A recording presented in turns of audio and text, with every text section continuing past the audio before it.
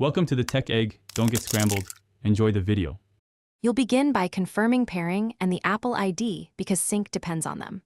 On your iPhone, open Photos and pick an album or mark specific images as favorites to limit transfer size.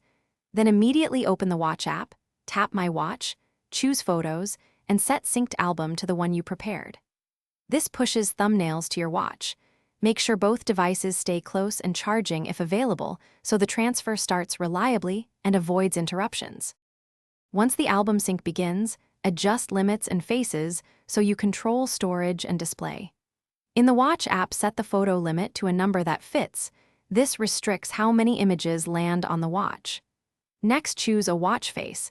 Either set the photo's face directly or add a custom face from Face Gallery and select your synced album. Also, make sure iCloud Photos is enabled on both devices so your edits and new pictures update across To finish, confirm the images appear on the Watch Photos app and set the watch face preview to the correct photo.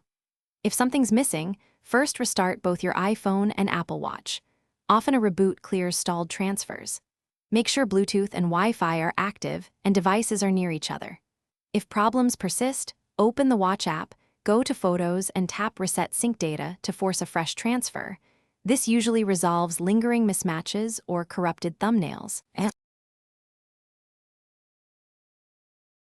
Thanks for watching. Consider subscribing if I helped unscramble your problems.